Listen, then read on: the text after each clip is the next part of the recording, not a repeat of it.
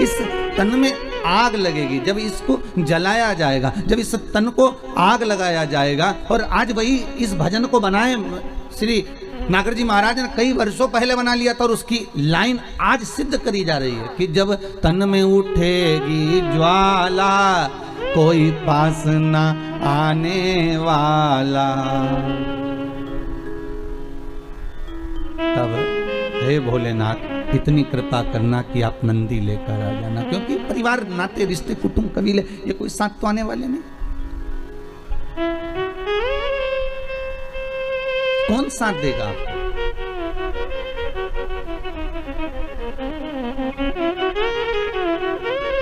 पहले तो कंधे पर भी तोक कर ले जाते थे, राम नाम सत्य कहते कहते। आज के जमाने में तो घर भी नहीं लाने देते, हॉस्पिटल से डायरेक्ट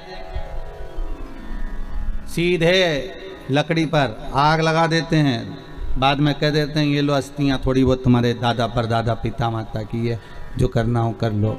अब उन अस्थियों का करोगे क्या? क्या करोगे उन अस्थियों का?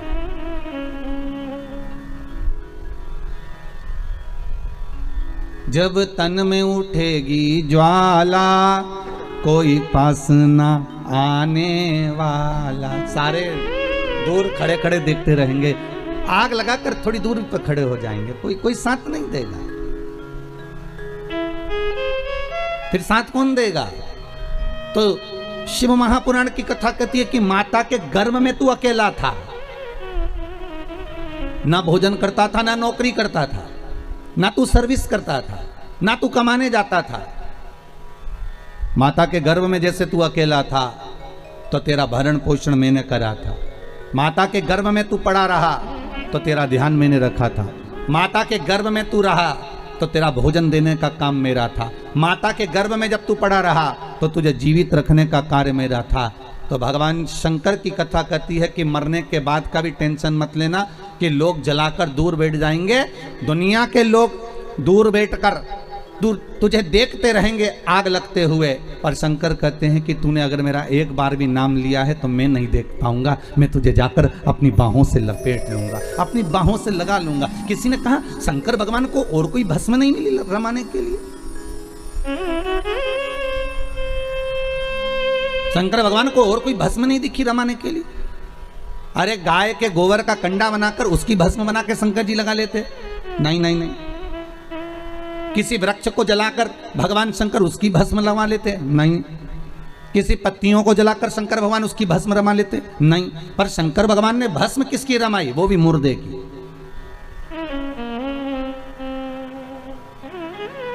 आखिर क्यों? किस लिए?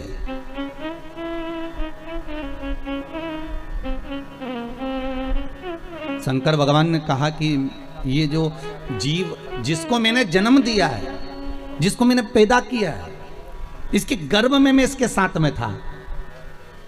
परिवार वाले तो बाद में जब इसको बाहर निकाला गया, गोदी में लाकर दिया गया, और ये डॉक्टर सिस्टर ने जब इसको गोदी में दिया तब लोगों ने प्रेम करा, तब इस लोगों ने स्नेह करा, तब लोगों ने इसको गोदी में लिया। पर इसके बाद तो जनता ने इसको संभाल लिया, फिर दुनिया ने इसको साथ लिया, पर अंदर तो मैं ही था 9 महीने तक। और आग लगाने तक भी परिवार वाले संभाल लेंगे, माना मुझे, पर आग लगाने के बाद कोई नहीं संभालेगा। आग लगाने के बाद तो एक ही संभालेगा। कौन? कालो का काल। जम के तो बोलो, कालो का काल महाकाल, बस वही संभालेगा। फिर वो कहता है कि गले में लगाऊंगा। जब दुनिया चली जाएगी ना धधकती हुई अग्नि में, धधकती हुई अग्नि में, तुमने एक बार भी अगर शंकर का अनुमोदन करा है, शिव महापुराण का स्मरण करा है, शंकर की कथा का रसास्वादन ग्रहण करा है, शंकर की कथा को सुना है, तुमने अगर शिव का अनुमोदन करा है, तुमने शंकर की भक्ति को धारण करा है, तुमने शंकर के नाम स्मरण को धारण करा है, तो उस शिव का स्मरण कब होगा? जब लोग आग लगाकर चले जाएंगे, तब शंकर तुम्हारे से लिपटने के लिए आएगा, तुम्हारी उस भस्म को, तुम्हारे उस भस्म को अपने शरीर पर धारण करेगा कि ये मेरा है, ये मेरा।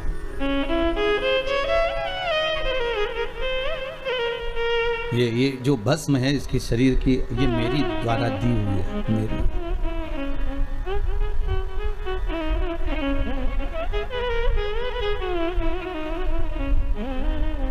तब शिव, तब शंकर, तब ओघड़ी, तब दयालु, तब दाता सामने खड़ा मिल जाए। फिर वही वाली बात आ गई कल वाली, अंत समय प्रभु आना पड़ेगा, वादा किया तो निभाना पड़ेगा। अंतिम समय में आपको आकर हमारे से जो वादा किया गया है उसको निभाना पड़ेगा। तो भगवान भी कहते मैं निभाऊंगा, मना नहीं है, पर पहले तेरी चित्तवृत्ति में मैं समाहित होना चाहिए।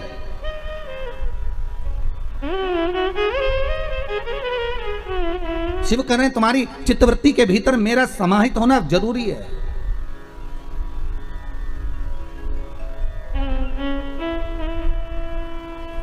अग्नि में, तलातल में, रसातल में, वायुचर में, थलचर में, जलचर में, प्रत्येक जीव में एक शंभु ही तो है, केवल एक शंभु।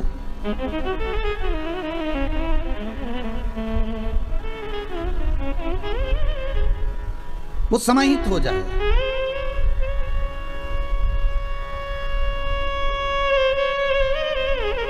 पांडे तारा में अखबार आता है क्या?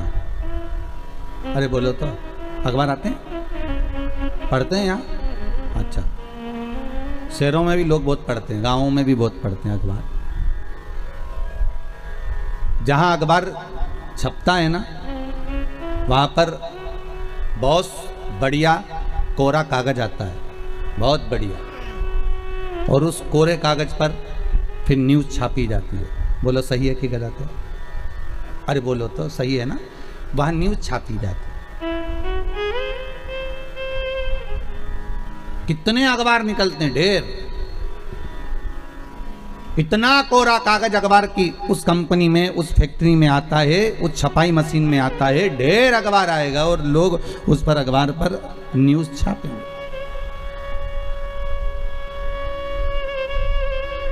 पर कितनी भी अच्छी न्यूज़ छाप लो,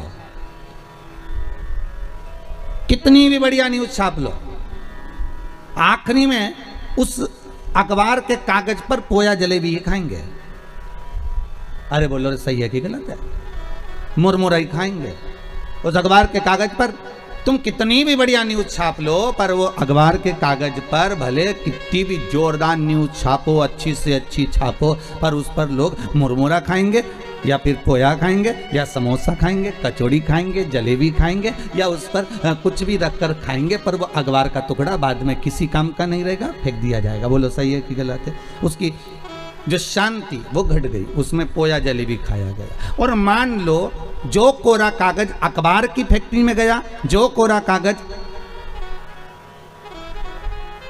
उस अखबार के कंपनी में गया, उस प्रिंटिंग मशीन में गया, और वहां जो न्यूज़ छापी, इतनी बड़ी बड़ी न्यूज़ छापी, एक से बढ़कर एक छापी, पर आखिरी में लोगों ने उस पर पोया जलेबी खाया। मान लो वही कोरा कागज जो अखबार की कंपनी में गया, जो अखबार की फैक्ट्री में गया, जो प्रिंटिंग मशीन में गया, वही कोरा कागज गीता प्रेस गोरखपुर में चले जाता और उस पर अगर रामायण और गीता लिखा जाती तो फिर कोई पोया जलेबी खाता?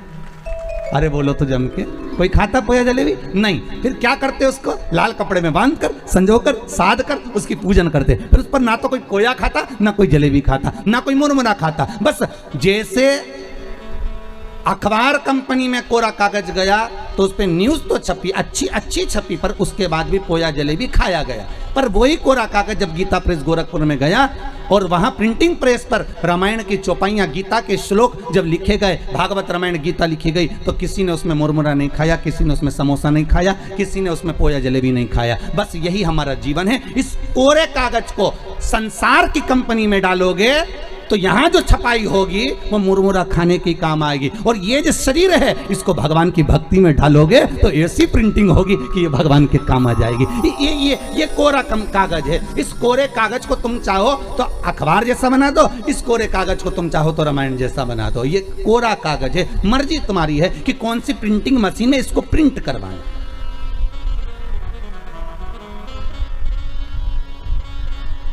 आप कौन सी कंपनी में इसको भेज रहे हो, ये आपके हाथ में। जब तक तुम शिव महापुराण की कथा में बैठे हो तब तक तुम चिंता मत करना, ऐसा लगेगा तुमको गीता प्रेस गोरखपुर में छपाई चल रही है तुम्हारी। ये मन जो कोरा है ना, इस पे पूरी पूरी छपाई चल रही है। और जब तक तुम कथा में बैठे हो, जब तक तुम सत्संग में बैठे हो, जब तक तुम भजन में बैठे हो, जब तक तुम नाम जाप में बैठे हो, भले तुम टीवी के सामने बैठकर भगवान की भक्ति को धारण कर रहे हो, भले तुम टीवी के सामने बैठकर कथा सुन रहे हो, तो भी तुम्हारे घर के बेटे, तुम्हारे घर की बहुएं, तुम्हारे घर के पोता पोती सब एक ना एक बार मुंह से कही देंगे कि हमारी अम्मा का रोज का काम है टीवी पर कथा आती है ना तो कथा जरूर सुनती है। सियोर वाला महाराज की कथा ही, शिव महापुराण की कथा ही, और ये अम्मा हमारी कथा सुनने बैठ जाती है। हमारी अम्मा का ऐसा मन है। बहुएं, कई बार बहुएं भी मोबाइल पर कथा सुनती, सास भी कहती है हमारी बहू की इतनी अच्छी आदत है, रात्रि को सोने से पहले आधा घंटा कथा सुनती है। भले वो बहू दिन में क्या काम कर रही है नहीं कर रही है, सास दिन भर क्या कर रही है, उसकी चर्चा नहीं होगी। चर्चा उसी की होगी जो तुम सत्संग में लगे हो, चर्चा उसी की होगी जो तुम धर्म में लगे हो, चर्चा उसी की होगी जो तुम संकीर्तन में लगे हुए हो, और किसी चीज की चर्चा नहीं है। इस कोरे मन को, इस कोरे शरीर को, इस कोरी चित्त वृत्ति को, इस मन को, आपका मन है कि आप अखबार जैसा इस पे न्यूज छापना हो तो न्यूज छापो, संसार की बातें करना हो तो संसार की बातें करो। उनकी अम्मा ने ऐसा कर दिया, उनकी बहू ऐसी करके, बताओ उनकी लड़की ने वहाँ शादी कर ली, बताओ उनने इतनी फैक्ट्री खरीद ली, बताओ उनने ऐसा कर लिया। ये न्यूज है, छापे जाओ। ये किसी काम आएगी क्या? जितनी छापोगे उतने लोग कहेंगे आओ ये तो दिन भर बुराई करे, इसका तो ऐसे ही काम है। और कोई अगर भगवान के भजन में लगा रहे, कोई अगर सत्संग में लगा रहे, तो लोग कहेंगे वाह वाह कितना जोरदार बढ़िया भगवान की भक्ति में डूबे हुए, भगवान का भजन कर। ये मन तुम्हारा है, ये चित्तवृत्ति तुम्हारी है। इसको मन को तुम कहाँ लेकर जाना चाहते हो? इस चित्तवृत्ति को आप कहाँ लेकर जाना चाहते हो? आप इस पे अगर चाहो तो पोया जलेबी भी खा सकते हो, आपका मन है। अगर आप चाहो तो गीता प्रेस गोरखपुर की छपाई करवा कर, अर्थात राम नाम कृष्ण नाम का स्मरण कर कर, शंकर के नाम का स्मरण कर कर, इस मन को जैसे संत तुकाराम, नामदेव, मीरा, कर्मा, नरसिंह मेहता, ध्रुव, प्रहलाद, इन्होंने अपनी इस कोरे कागज को, इस पर न्यूज नहीं छापी, उन्होंने इसको अपने भगवान की भक्ति में लगा दिया, इस चित्तवृत्ति को लगा दिया।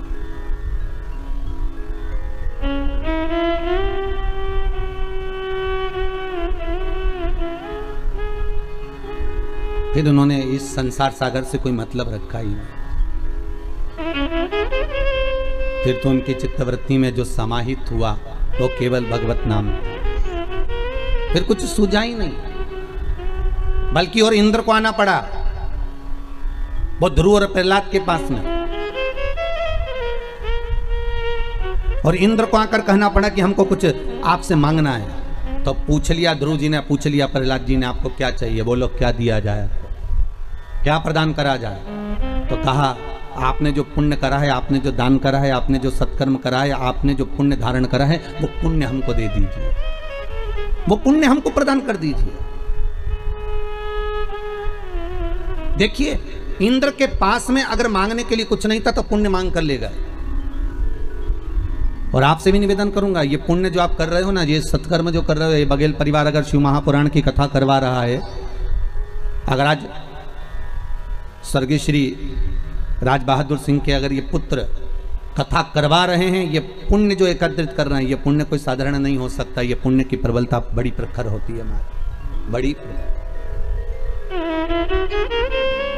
बस डोलना नहीं है हमें संसार सागर में, हमें भटकना नहीं है। दुनिया के लोग संसार सागर में भटकते ज्यादा है, बहुत भटकते। एक ये प्रश्न किसी बच्ची ने करा है, अच्छा प्रश्न है महाराज जी, कि पितृदोष और काल सर्प दोष परिवार में क्यों लगता है, उसका क्या कारण है? किसने प्रश्न करा, जरा हाथ उठाइए। अच्छा माता जी आपने करा, किरण जी मिश्रा आप ही ने प्रश्न किया है। बहुत सुंदर प्रश्न है, जग कल्याण के लिए है, बहुत अच्छी बात है। एक बार जोरदार ताली बजाओ माता जी के लिए, बहुत सुंदर प्रश्न। बैठिए बेटा जी।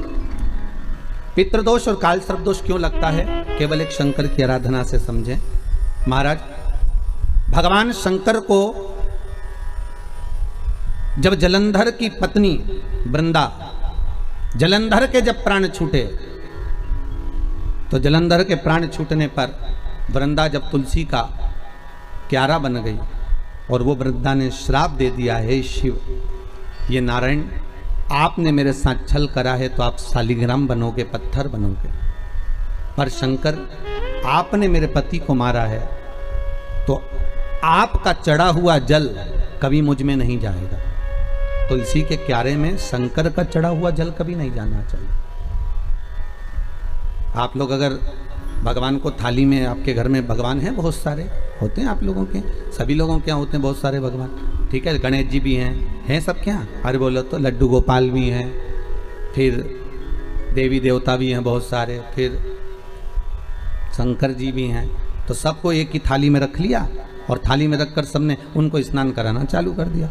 अब सबको स्नान कराया तो शिव जी को भी कराया, बोलो कराया कि नहीं कराया, थाली के अंदर रखकर। अब तुमने स्नान तो करा दिया, स्नान कराने के बाद वो जल को क्या करा तुम लोगों ने, ले जाकर तुलसी के क्यारे में डाल दिया। तो महाराज जी पहले के समय में क्या कालसर्प दोष पितृदोष नहीं होता था? बिल्कुल नहीं होता था। पहले के समय में ना कालसर्प दोष होता था ना पितृदोष होता था। क्यों? तो क्या घर में लोगों के शंकर जी होते थे? लोग शिव जी को स्नान कराते थे, पर घर में बगीचा, खलियान, खेत, वृक्ष इतने लगे होते थे कि शंकर जी को स्नान कराने के बाद वो जल को ले जाकर वो भगवान को बगीचे में डाल देते थे, तुलसी के क्यारे में नहीं डालते थे। इसलिए ना पितृदोष होता था ना कालसर्प दोष होता था। अब दुनिया के लोग भगवान को स्नान करा के ले दे के एक ही पौधा घर में दिखता है, वो तुलसी जी का, बस स्नान कराया और तुलसी जी में ले जाकर डाल दिया। तो तुलसी जी में ले जाकर डाला तो उससे शास्त्र कहता है कि अगर शिव जी का चढ़ा हुआ जल तुलसी के क्यारे में जाएगा तो सर्प के डसने का दोष लग जाएगा, जिसको हिंदू धर्म में काल सर्प दोष कहा गया। जो काल सर्प दोष, अच्छा बड़ा विचित्र काम है। कई कई गांवों में आप लोगों ने भी देखा होगा, यहाँ तो ठीक है परंतु हमने महाराष्ट्र में बहुत देखा। महाराज कई कई गांवों में तुलसी के क्यारे के नीचे शंकर जी को रखते हैं, ये तुलसी के कुंड के अंदर शंकर जी को रखेंगे, पर यह दोष है। वो तो ना जाने कहां से बुद्धि आ गई ऐसी कि तुलसी के क्यारे के अंदर शंकर जी को रख दो, तुलसी के क्यारे के नीचे शिव जी को रख दो, या तुलसी के क्यारे के अंदर शंकर भगवान को विराजमान कर दो। ये विवेक ना जाने कौन दे देता है आप लोगों को। अरे जरा सा गलत देखने पर अश्वत्थामा की बुद्धि फिर सकती है। रात्रि के समय पर अश्वत्थामा बैठे हुए थे,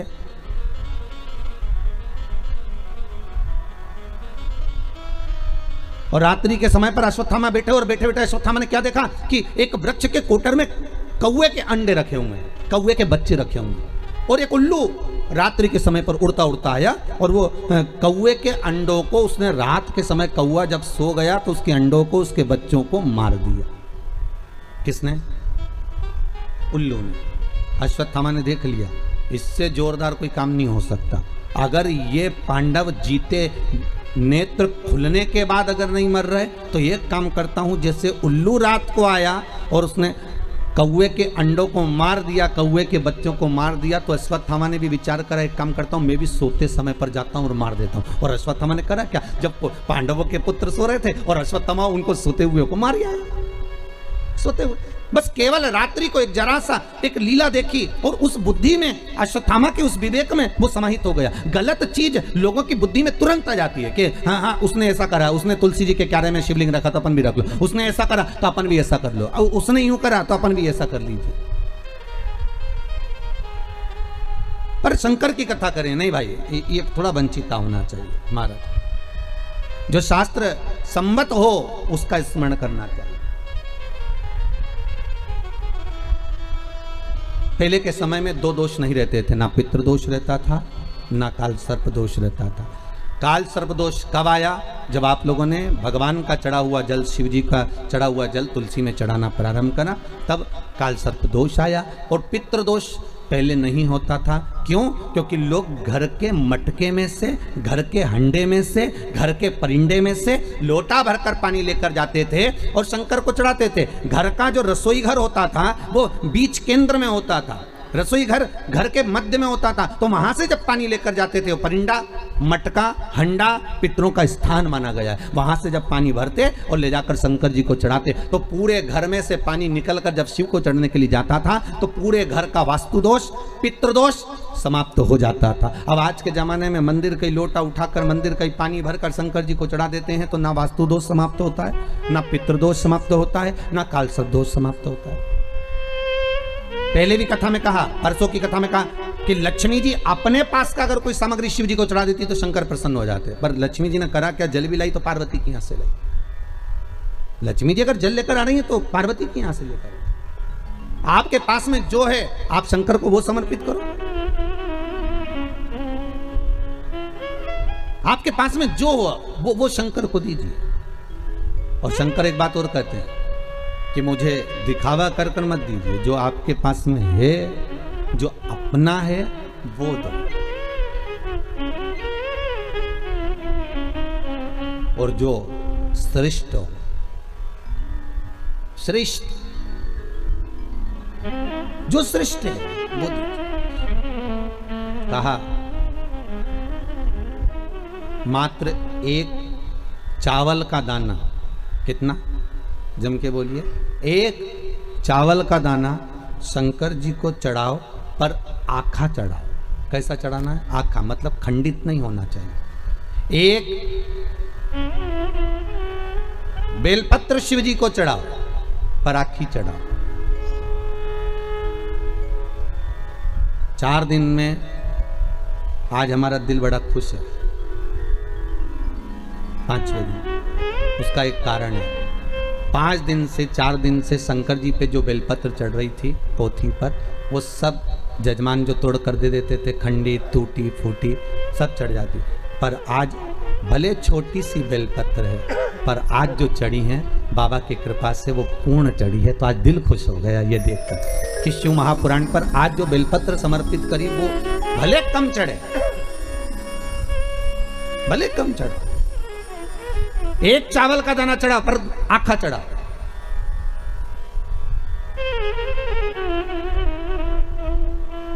आज हमें बड़ी खुशी मिली है इस व्यासपीठ पर आए।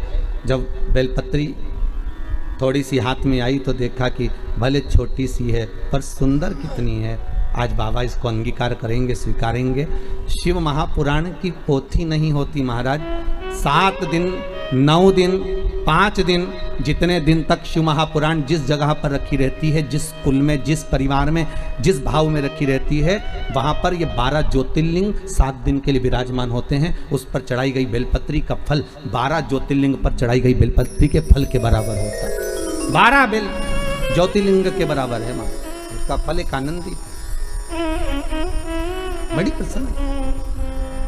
थोड़ा दो भगवान को पर अच्छा। पर दुनिया के लोगों की आदत ये थी, अच्छी चीज होती ना वो अपने लिए रख लेते। बहुत अच्छी साड़ी है तुम्हारे पास में तो बहू को दे दोगी, और अच्छी साड़ी है तो तुम अपनी बेटी को दे दोगी। साड़ी थोड़ी भी गड़बड़ है तो भागवत पे चढ़ा दोगी। इतनी खुश होकर चढ़ाओगी, भागवत महारानी पे चढ़ा दी। अब तुम सोचोगे भागवत जी पे साड़ी चढ़ा दी, और वो साड़ी जो किसी काम की नहीं, वो साड़ी जो किसी के काम की नहीं, जब तुम्हारी बेटी के काम की नहीं, तुम्हारी बहू के काम की नहीं, तुम्हारे काम की नहीं, तो तुमने जो भागवत जी पे चढ़ाई वो महाराज की पत्नी पहनेगी? अरे बोले तो कहीं नहीं पहना। पर एक चढ़ाओ पर अच्छा चढ़ाओ, एक चावल का दाना चढ़ाओ अच्छा चढ़ाओ, एक बेलपत्र चढ़ाओ भगवान को पर वो अच्छी चढ़ाओ, एक पुष्प चढ़ाओ अच्छा चढ़ाओ, एक वृक्ष की पत्ती चढ़ाओ पर अच्छी चढ़ाओ, एक दुर्वा चढ़ाओ पर अच्छा चढ़ाओ, एक लोटा पानी चढ़ाओ पर अच्छा चढ़ाओ, दिल से चढ़ाओ। हमें नहीं लेना मंदिर का पानी, हमें नहीं चाहिए मंदिर का जल, हमें तो घर से लेकर जाएंगे, भले इतना सा लेकर जाएं, वो चढ़ाएं। गुरु पूर्णिमा पर जब सीहोर लोग आते हैं गुरु पूर्णिमा महोत्सव मनाने के लिए गुरु दीक्षा के समय पर, तो वो अपने अपने घर से बोतल में भी पानी भर कर लेकर आते हैं महाराज। उनका भाव कितना शुद्ध होता है कि यहाँ हम आए हैं तो बाबा के आनंद लेवे, चरण धोवे से तो हमारी जल होवे, भगवान का स्नान करावे तो हमारा ही जल होवे। ये भाव है। अभी सीहोर में रुद्राक्ष महोत्सव था। आप में से कुछ लोग पहुंचे भी होंगे। कौन कौन पहुंचा था? आप लोग हाथ उठाए। हाँ, पहुंचे भी थे। तो आप लोगों ने देखा होगा कि शंकर जी पे जल चढ़ाने के लिए हमने कोई टंकी भर कर नहीं रखी थी कि आपने यहाँ पर टंकी भर दी हो कि इसमें से पानी भर भर के ले जाओ और शिव जी को चढ़ा दो। देखा था आप लोगों ने? नहीं भरी थी ना। कई लोगों ने कहा महाराज जी इतनी पब्लिक है तो एक टंकी भर दो पानी का और वहाँ लोटे रख दो, 4-5 कलश रख दो तो लोग शिव जी को चढ़ाते रहेंगे। हमने कहा नहीं, शिव महापुराण का विधान है कलश भी वही लाएं और पानी भी वही लाएं। अब उनकी मर्जी, वो कुएं में से खींच के लाएं, बोर में से निकाल के लाएं, टैंकर से लाएं, जहां से उनकी मर्जी पड़े जल वो लेकर आए और चढ़ाएं। क्यों? क्योंकि इतनी दूर आए हैं तो एक लोटा पानी भी चढ़ाएं तो उनकी कामना पूरी हो, उनकी मनोकामना पूर्ण हो। भरने को तो हम जल भर देंगे, हमको क्या करना। जब कुएं में इतना पानी डल रहा था, लोगों के लिए इतना पानी की व्यवस्था करी गई थी, तो आपके लिए एक टंकी पानी भरने में क्या जाता। पर नहीं, आप स्वतः लेकर आएंगे, आप स्वयं लेकर आएंगे और उस जल को आप स्वयं समर्पित करेंगे तो उसका आनंद ही दूसरा होगा, आनंद दूसरा।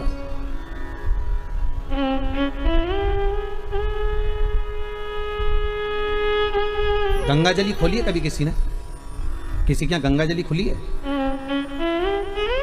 अरे बोलो तो सही। शादी में, ब्याह में, या कोई गंगा जी भर के लेकर आते हैं और फिर गंगा जली खोलते हैं, पंडित जी पूजन कराते हैं। खोली है सब लोगों ने? तो गंगा जली खोलते हैं तो उस गंगा जली के खोलते समय गंगा जी का सुहाग चढ़ाते हैं। बोलो चढ़ाते कि चढ़ाते? साड़ी चढ़ाएंगे, बिछुड़ी चढ़ाएंगे, चूड़ी चढ़ाएंगे, सब चढ़ाएंगे। फिर लोटा भी भरेंगे, फिर कलश पूजन भी होगी, फिर गंगा जी को लेके भी आएंगे, फिर मैया आती भी है, शरीरों में लोग हिलते भी हैं, सब कुछ होता है। फिर वहां पर गंगा जी की अगर वस्त्र चढ़ाया, गंगा जी का सुहाग चढ़ाया, गंगा जी की पूजन करी, तो साथ में एक की पूजन और होती है, वो भागीरथ जी की होती है। बोलो होती कि नहीं होती? फिर भागीरथ के कपड़े चढ़ते, धोती चढ़ेगी, गमछा चढ़ेगा, कुर्ता का कपड़ा चढ़ेगा, जनेऊ चढ़ेगी, भागीरथ जी के कपड़े भी चढ़ेंगे। कि भागीरथ जी के कपड़े चढ़ाए, क्यों चढ़ाते हैं? उसका कारण क्या है? क्योंकि गंगा को लेकर आने वाले श्री भागीरथ जी महाराज।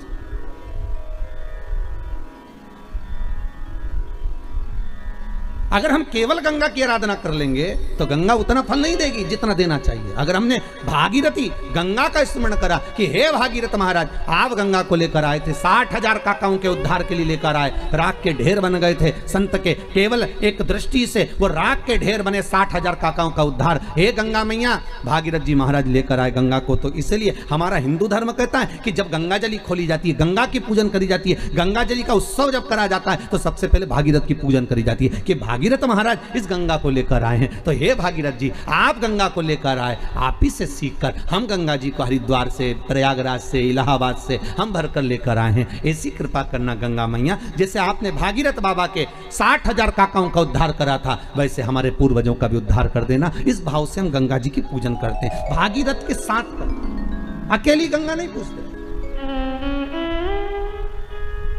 हम अकेली गंगा का स्मरण नहीं करते, हम भागीरथी गंगा का स्मरण करते हैं, हम विष्णुपदी का स्मरण करते हैं।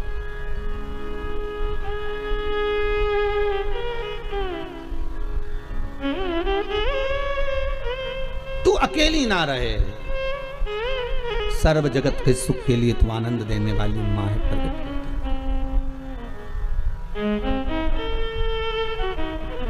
सर्व जगत का हित करना। देव आप बाबा को एक अक्षत का दाना दीजिए, बड़े प्रेम से दीजिएगा, बड़े भाव से।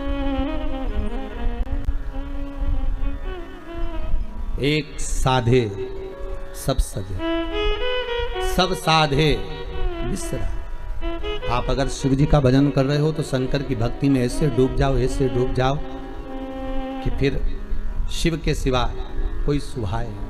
शंकर की भक्ति में ऐसे डूब जाओ, हर एक में शंकर दिखे। कृष्ण की भक्ति में ऐसे डूब जाओ कि हर एक में कृष्ण नजर आए। राम की भक्ति में ऐसे डूब जाओ कि सब जगह राम नजर आए। पर जितना एक जगह पर आप जाते रहोगे, वहां से आपको जो प्राप्त होगा वो सुख का आनंद ही कर देगा। सुख आनंद। जिनके यहाँ पितृदोष होता है, कालसर्प दोष होता है, वास्तु दोष होता है, उनको ज्यादा कुछ नहीं करना होना। महाराज, एक बेल का फल लीजिए। क्या लेना है? बेल का फल, बेलपत्री का जो फल होता है उसको ले लो।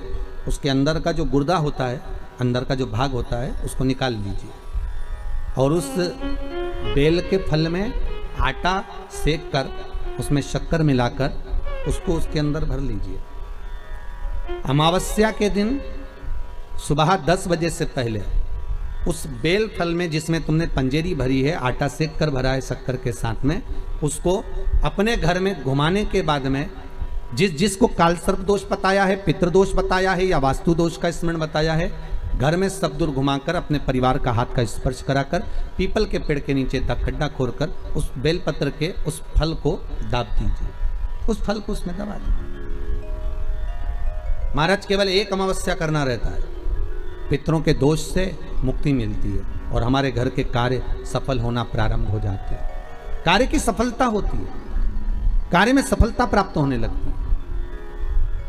हम तो कई बार कहते हैं महाराज जी, अगर ऐसा लगे किसी औषधि को आप ले रहे हैं, मालूम पड़े कि औषधि आपको लग नहीं रही है, शिव महापुराण की कथा करिए, मान लो औषधि आपको नहीं लग रही, आपने औषधि बहुत दिनों से ले रहे हो, कोई दवाई, मान लो आप किसी भी दवाई को ग्रहण कर रहे हैं और वो औषधि लगी नहीं रही है, वो शरीर को लगी नहीं पा रही और आप ठीक ही नहीं हो पा रहे, 15 दिन हो गए, 8 दिन हो गए, बताओ, उतना की उतना ही कैटरीना है उतना ही उतना अपना भरा हुआ, वही की वही लीवर, वही की वही किडनी, वही की वही स्मरण, सभी कुछ वही वही है,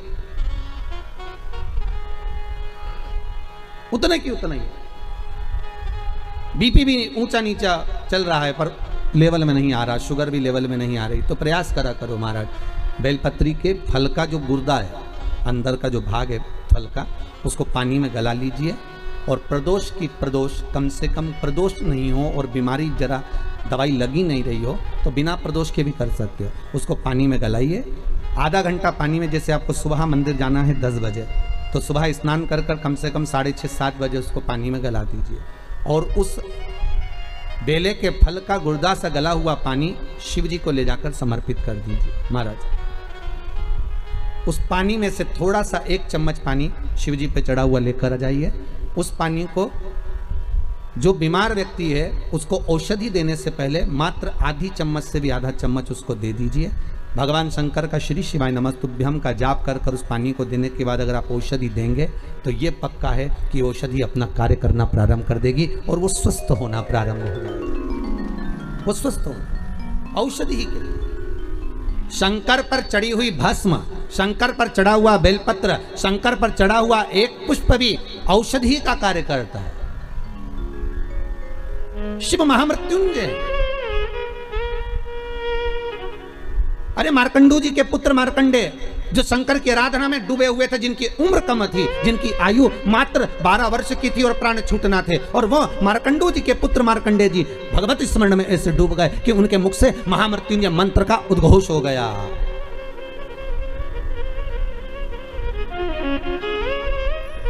भगवान शिव के नाम का उद्घोष हो गया। जैसे नंदी महाराज,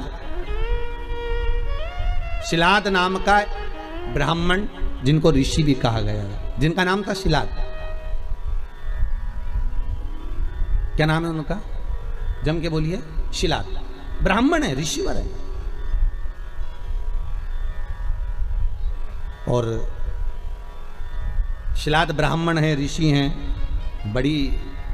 बड़े शिव के भगत हैं, शंकर का बहुत अनुमोदन करते हैं, शिव का स्मरण में वो हमेशा डूबे रहते हैं। और उनका एक नाम स्मरण केवल ओमकार का ध्वनि करना और ओम नाम में डूबे रहना। ओम नमः शिवाय, ओम नमः शिवाय, ओम नमः शिवाय। भगवान शिव की भक्ति में डूबे रहे।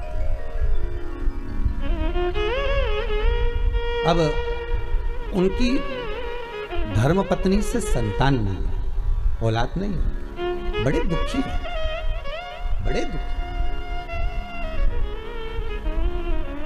अच्छा, संतान नहीं हो, किसी नारी की गोद, अगर स्त्री की गोद अगर खाली रह जाए तो भी दुख होता है उसको कि मेरे घर में औलाद नहीं, संतान नहीं।